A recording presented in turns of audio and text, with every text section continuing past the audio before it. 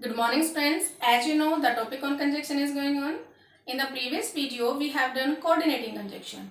Today, I am going to discuss about correlative conjunction. It is for 11th class, but it's very important for all from the point of competitive exam. I try my best to make you understand some important concepts which are appeared in exam. Without wasting any time, here we go. Correlative conjunction, correlative pair वाले होते हैं, that's why it is called correlative. Correlative नाम से ही clear है, आपस में relation होता है, पेयर में होते हैं। फॉर एग्जाम्पल दो ऑल दो, इनका पेयर है यट के साथ। यदि यहाँ पे बट लगाते हैं तो ये रॉन्ग हो जाता है। दो ऑल दो की हिंदी है हालांकि, यट फिर भी, हालांकि फिर भी। एग्जाम्पल्स के थ्रू देखते हैं। दो ऑल दो, कोई भी लगाओ, दोनों का सेम मीनिंग है। ये फॉर्मल होता है, ये इनफॉर्मल होता है। दो ऑल दो, एक लगाना है आपने। ऑल्दो ही इज इल, हालांकि वह बीमार है। Yet he goes to school, फिर भी वह स्कूल जाता है। अब क्या देखना है आपको कि ऑल्दो या दो आया है तो उसका पेयर किसके साथ है? येट के साथ है। अगर यहाँ पे क्या होता, बट होता, तो वो गलत हो जाता। He is ill, he goes to school, आपकी ये दो क्लोज हैं जो ऑल्दो और येट के पेयर से जुड़ी हुई है। नेक्स्ट है हार्डली, स्केर्सली, बेयरली। इन तीनों के साथ व्हेन आता है, या बिफोर भी आप लगा सकते हैं। बिफोर, हार्डली, स्केर्सली, बेयरली के साथ क्या आता है बच्चे? व्हेन आता है। यदि इनके साथ देन मिलता है तो आप समझ लेना कि ये गलत पेयर है। इसका मीनिंग होता है कि मुश्किल से, कि मुश्किल से ही ये काम हुआ था कि दूसरा शुरू हो जाता है। दोनों काम मतलब जस्ट साथ साथ में ही शुरू होते हैं। For example hardly had he reached home when it started raining. मुश्किल से ही वो घर पहुंचा था कि बारिश शुरू हो गई। एक बात और ध्यान देना बच्चे, हार्डली के साथ या स्केर्सली हो या बेयरली हो, हेल्पिंग वर्ब पहले और सब्जेक्ट बाद में। इस बात का आपने ध्यान रखना है। यदि सब्जेक्ट पहले है, हेल्पिंग वर्ब बाद में है, तो स्ट्रक्चर रॉन्ग है। और हार्डली के साथ पेयर किसका है? व्हेन का। अगर यहाँ पे देन होता तो क्या हो जाता? गलत हो जाता। तो आपको ये थोड़ा ध्यान रखना है पेयर वाले कौन से हैं और किस तरह यूज होते हैं। नेक्स्ट है no sooner than. No sooner का मतलब है ज्यों ही, त्यों ही, जैसे ही, वैसे ही। ये भी वही है कि जैसे ये काम होता है वैसे ही दूसरा हो जाता है या शुरू होता है।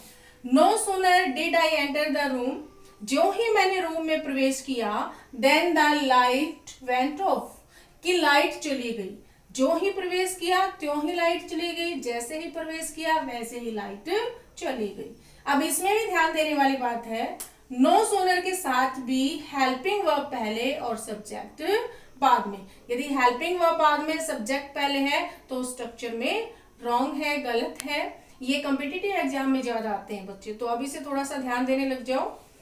दूसरी बात क्या है कि नो सूनर के साथ पेयर किसका है? देन का। यदि यहाँ पे व्हेन होता तो इट मीन्स ये गलत हो जाता, तो ध्यान रखना है इसका। नेक्स्ट है, इसके साथ आप एज सून एज का भी बना सकते हो। एज सून एज, ज्यों ही, जैसे ही, इसकी भी वही सेम है। इसमें क्या होता है, इसमें सीधा बन जाता है as soon as I entered the room,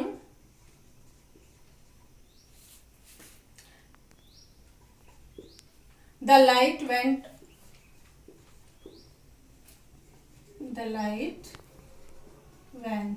off।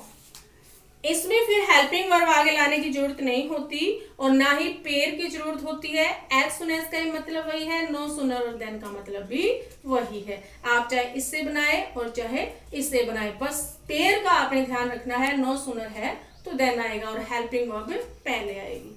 Next है रेदर देन। रेदर के बहुत सारे मीनिंग होते हैं। यदि ये सिंगल आता है तो बल्कि भी होता है, डिग्री भी बताता है और मोस्टली नेगेटिव में होता है। Rather dirty, rather awful. इसकी हिंदी अगर पेयर में है तो क्या बनती है, बजाय इसके या की बजाय। For example, you are rather scolding me than scolding him, आप उसको डांटने की बजाय मुझे डांट रहे हो। दूसरी और बात देखो, रेदर आया है तो पेयर किसका है, देन का है, और देन के बाद यदि सेम वर्ब है, स्कॉल्डिंग स्कॉल्डिंग, तो आप सेम वर्ब को ओमिट कर सकते हो, सीधा ऐसे भी बन जाएगा, you are rather scolding me than him, आप उसकी बजाय मुझे डांट रहे हो। नेक्स्ट है टू टू, इन तीनों का मतलब क्या हो जाएगा, इतना की। टू, जहां पर भी TOO हो वहां पर पेयर क्या होगा, टू का। ही इज टू, टू आते ही नेक्स्ट पेयर है टू का। He is too weak to walk, ये नेगेटिव है अपने आप में, वह इतना कमजोर है कि चल नहीं सकता। हम दूसरे इसके हिसाब से बना सकते हैं, ही इज टू की जगह सो वीक और टू की जगह दैट, ही कांट वॉक।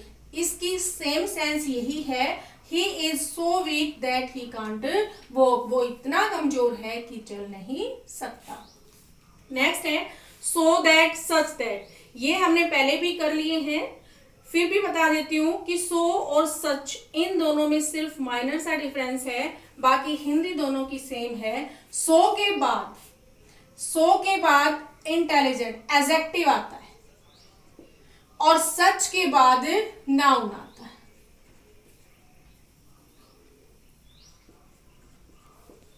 सच के बाद हम नाउन लगाते हैं और सो के बाद इंटेलिजेंट लगाते हैं। सी इज सो इंटेलिजेंट, वो इतनी इंटेलिजेंट है दैट कि ही कैन सॉल्व दिस सम, कि वो इस सम को सॉल्व कर सकती है। सो वाली क्लोज हमारा रीजन दिखाती है और दैट वाली क्लोज हमारा क्या बताती है, रिजल्ट बताती है। ही इज सेम वही है, he was such a fine man. For कितना है कि सच हम किसके साथ लगाते हैं, नाउन के साथ, और सो के बाद एडजेक्टिव आता है। He was such a fine man, वो इतना अच्छा आदमी था, that कि he helped everyone, कि वो हर किसी की सहायता करता था। अगर आपको ये लग रहा है कि ये फाइन आ गया, बच्चे सच नाउन के लिए ही है, बीच में चाहे बेशक एडजेक्टिव आ गया। दूसरा आप देख सकते हो, this is such A mobile, ये ऐसा मोबाइल है that everyone likes, कि हर कोई इसको पसंद करता है। तो सच नाउन के साथ, सो एडजेक्टिव के साथ, और आई थिंक ये अब मैंने पहले भी करवा चुकी हूँ। आप थोड़ा सा पेयर पे ध्यान दे लेना कि कौन सा किसके साथ पेयर बनता है। आई थिंक आपको समझ में आ गए होंगे, दो चार और हैं वो भी कर लेते हैं। नेक्स्ट है ईदर और, neither, nor, not only but also, इनका भी पेयर है। ईदर और हम कर चुके हैं, नेदर नॉट भी हम कर चुके हैं, नॉट ओनली बट ऑल्सो का एग्जाम्पल भी हमने कर लिया है, बट एक दो और देख लेते हैं इसके बारे में। इन तीनों के बारे में एक दो कंसेप्ट है। पहला क्या है कि इनका यूज करते समय हमें बैलेंस ध्यान में रखना है, जो पार्ट ऑफ स्पीच एक के साथ है वही दूसरे के साथ होना चाहिए। दूसरा क्या है कि वर्ब ध्यान रखनी है, तीनों में ही वर्ब सिंगुलर आती है। कौन सी, सिंगुलर वर्ब आती है, और वो भी जिसके साथ वर्ब लगती है उसी के साथ वाले के साथ उसका क्या होता है, वर्ब एग्रीमेंट होता है। एग्जाम्पल्स के थ्रू देखने की कोशिश करते हैं। Not only Ram is intelligent but also smart. अब ये रहा आपका पेयर, नॉट ओनली और बट ऑल्सो। अब देखो, नॉट ओनली के बाद राम क्या है, नाउन है, बट ऑल्सो के बाद स्मार्ट क्या है, एडजेक्टिव, बट बैलेंस होना चाहिए। नाउन है तो नाउन और एडजेक्टिव है तो एडजेक्टिव। अब हम इसको ठीक कैसे करेंगे, नॉट ओनली को एडजेक्टिव के पास ले आएंगे, इंटेलिजेंट हमारा एडजेक्टिव है, तो हम इसको कैसे करेंगे, Ram is not only intelligent but also smart। अब देखो, नॉट ओनली के बाद भी एडजेक्टिव है और बट ऑल्सो के बाद भी एडजेक्टिव, तो ये बैलेंस होना बहुत जरूरी है, ये ध्यान रखना इस बात का। दूसरा और देख लेते हैं वर्ब कैसे लगाते हैं। पहली बात सिंगुलर आती है, not only she but also her mother. वैसे तो ये दो हो गई, एक तो सी हो गई, एक हर मदर हो गई, लेकिन आपने इनको नहीं देखना है। एक ही बात आपको याद रखनी है कि वर्ब सिंगुलर आती है। Not only she but also her mother is going to the party. Is, अब ये सिंगुलर है, किसके हिसाब से है? हर मदर के हिसाब से। अगर यहाँ पे आई होता तो एम आ जाता, ठीक है। अगर यहाँ पे प्लूरल होता, कुछ ज्यादा होते तो आर आ जाता, ठीक है। तो इसके साथ जो भी आपका नाउन होता है, प्रोनाउन होता है, उसी के साथ वर्ब एग्रीमेंट होता। एक तो इसमें वर्ब ध्यान रखनी है, सिंगुलर आती है और जिसके साथ होता है उसी के साथ वाले के साथ एग्रीमेंट होता है। दूसरा, आप इसमें पार्ट ऑफ स्पीच का ध्यान रखना है। ये आपके कॉम्पिटिटिव एग्जाम में ज्यादा पूछे जाते हैं बच्चे। आपने तो सीधा इन कंजक्शन के साथ दो सिंपल सेंटेंस को कंबाइन करना है। वैसे इनकी भी जरूरत नहीं है, जो सिंपल सिंपल से तरीके हैं आप उनसे कंबाइन कर सकते हैं, बट इसकी थोड़ी बहुत नॉलेज होनी चाहिए, that's why I explain it. Next है बोथ एंड। बोथ के साथ एंड का पेयर होता है, लेकिन ध्यान रहे इसमें हमारी वर्ब प्लूरल होती है। Both Ram and Karan are friends. दोनों राम और करण फ्रेंड्स हैं। अब देखो आर, बोथ वाले पेयर में हमारी जो वर्ब है वो प्लूरल होती है और इनमें हमारी वर्ब सिंगुलर होती है। और किसके हिसाब से? जो वर्ब के साथ है उसके हिसाब से। नेक्स्ट है वेदर और। इसका भी पेयर होता है, वेदर के साथ और लगता है। I don't know whether it will rain today और नॉट। मैं नहीं जानता कि बारिश होगी या नहीं। वेदर के साथ किसका यूज हुआ है? पेयर में और का यूज हुआ है। नेक्स्ट है एज, एज, सो एज। अब इनमें क्या है, जो एज है वो पॉजिटिव के लिए और नेगेटिव के लिए दोनों सेंटेंस में यूज हो जाता है, बट जो सो एज है वो सिर्फ नेगेटिव में ही यूज होगा। पॉजिटिव में होगा तो इट मीन्स ये गलत होगा। For example, she is as tall as her mother. दो क्लॉज है इसमें, अगर हम पूरी क्लॉज की बात करें तो क्या होगा? She is tall, her mother is tall. दोनों का एक बनाया हुआ है, she is as tall as her mother. ये ऐसे भी हो सकता है, she is not as tall as her mother. As हमारा दोनों में यूज हो सकता है, सिंपल में भी और नॉट वाले वाक्य में।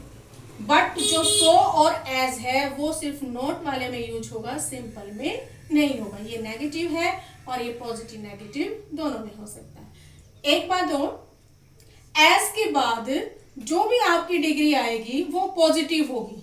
टॉल, यहां पे टॉलर नहीं हो सकता। Taller, she is as taller as her mother.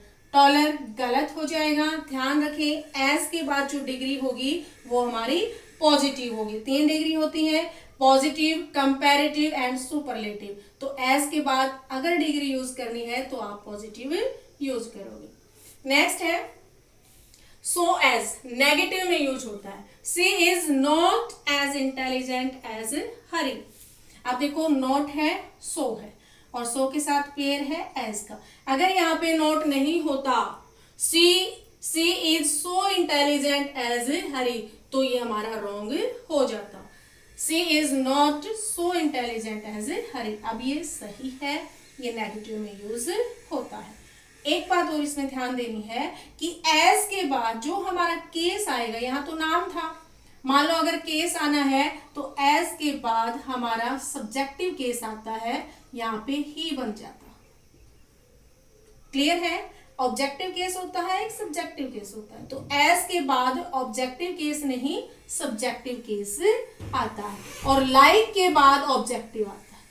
Like him हो जाता है, लाइक मी हो जाता है। दोनों में क्या डिफरेंस है? एज के बाद हमारा पॉजिटिव केस होता है ही, और लाइक के बाद हमारा ऑब्जेक्टिव केस होता है। हरी से तो ये ना आपको समझ में नहीं आ रहा क्योंकि नाम है ये। तो अगर आपको ये प्रोनाउन यूज करने पड़ते हैं तो एज के बाद सब्जेक्टिव और लाइक के बाद ऑब्जेक्टिव केस यूज करना होता है। आई थिंक कुछ ये कंसेप्ट थे आपको क्लियर हो गए होंगे। ये पेयर है, थोड़ा सा इन पे ध्यान देना कि कौन सा पेयर किसके साथ है और ये कोरिलेटिव क्यों है, क्योंकि अपने पेयर के लिए ये कोरिलेटिव नाम से जाने जाते हैं। अब तक हमने सिंगल पे किए हैं, पेयर वाले भी किए हैं, तो थोड़ी बहुत नॉलेज तो हो ही गई होगी आपकी कि ये हमारे कंजंक्शन है और किस टाइप के सेंटेंस को कौन सा कंजंक्शन ऐड करता है। तो यदि मैं शुरू में ही बता देती कि कॉम्युलेटिव होता है, एडवर्सेटिव होता है, अल्टरनेटिव होता है, इलेटिव होता है, तो आप कंफ्यूज हो जाते। दैट्स वाई मैंने इसको सबसे बाद में लिया है, क्योंकि अब हमें कंजंक्शन की थोड़ी नॉलेज हो गई है। अब देखो, हम 4 कैटेगरी में इनको बांट देते हैं। कॉम्युलेटिव जो होता है उसका मीनिंग होता है जोड़ बताने वाले। तो जो जो कंजंक्शन हमने जोड़ बताने वाले किए हैं वो हम इस कैटेगरी में पुट कर देते हैं। And, both, and, as well as, not only but also, ये सारे हमारे क्या हैं, जोड़ बताने वाले हैं। That's why we put in this category, that is called a cumulative. Next आता है हमारा एडवर्सेटिव। एडवर्सेटिव का मतलब होता है कंट्रास्ट बताना, विरोध बताने वाले। यहाँ पे सिमिलर आइडियाज थे, यहाँ पर कंट्रास्ट था, हमने किया भी था ये कि कंट्रास्ट बताने वाले कौन से कंजंक्शन है, but, yet, still, however, nevertheless. However की हिंदी क्या है, तथापि होती है बच्चे। क्या होती है, तथापि। नेवरदलेस, तब भी। तो ये जो कंजंक्शंस हैं हमारे, ये क्या बताते हैं, ये 2 क्लोज में कंट्रास्ट बताते हैं कि एक क्लोज ऐसी है तो दूसरी उसके विपरीत है। तो इस टाइप के कंजंक्शन को हम किस कैटेगरी में डाल देते हैं, एडवर्सेटिव कैटेगरी में डाल देते हैं। नेक्स्ट आता है हमारा अल्टरनेटिव कैटेगरी। अल्टरनेटिव क्या होता है, चॉइस, पसंद बताने वाले कि 2 में से एक चॉइस है, एक अल्टरनेट है आपके पास। ठीक है, वो कौन से हमने किए थे, ईदर और, नीदर नॉर, और, एल्स, अदरवाइज। तो ये जो है हमारे, ये चॉइस बताते हैं कि 2 में से एक ये, अन्यथा वो। तो अब आपको समझ में आ रहे होंगे, क्योंकि ये पहले हम कर चुके हैं। यदि शुरू में ही एडवर्सेटिव अल्टरनेटिव पे ले आती तो आपको थोड़ी दिक्कत आती। नेक्स्ट है हमारा इलेटिव। इलेटिव क्या होता है, जो हमारे परिणाम बताते हैं, कॉन्सिक्वेंसेस बताते हैं, रिजल्ट बताते हैं, वो हमारे इलेटिव कंजंक्शन होते हैं। कौन से, सो किया था, हैंस का मतलब भी वही होता है, देयरफॉर भी इसीलिए, सो भी इसीलिए। ठीक है, ये हमारे क्या करते हैं, रिजल्ट शो करते हैं। That's why it is called illative conjunctions. और इन कंजंक्शन को हम किस में डाल देते हैं, फिर इलेटिव कैटेगरी में डाल देते हैं। आई थिंक थोड़ा सा ये आपको समझ आ गया होगा। कॉम्युलेटिव होता है, एडवर्सेटिव, अल्टरनेटिव एंड इलेटिव, और इनके नेचर के हिसाब से हम इन कैटेगरी में इनको डाल देते हैं। हमने ये अच्छे से कर लिए हैं। आपको अब समझ में आ जाना चाहिए कि ये हमारे एडवर्सेटिव है, ये हमारे अल्टरनेट वाले हैं, ये हमारे इलेटिव हैं, रिजल्ट बताने वाले हैं, और ये जो कंजंक्शन है हमारे, ये सिमिलर आइडियाज को जोड़ने वाले हैं। That's why cumulative. तो इसीलिए आपको ये बाद में मैंने बताया है ताकि आपको अच्छे से क्लियर हो जाए, और इनमें ज्यादा ना समझ में आए तो डीप में जाने की जरूरत नहीं है। ये मैंने इसीलिए बताए ताकि बाद में आपको पता चले कि कॉम्युलेटिव भी होता है, एडवर्सेटिव भी, अल्टरनेटिव, इलेटिव ये भी होते हैं। ये तो हमने कभी पढ़े ही नहीं थे, तो थोड़ा सा माइंड में आपके सेट हो जाए और ये इनके अकॉर्डिंग इस कैटेगरी में डल जाते। आई थिंक आपको समझ में आ जाने चाहिए।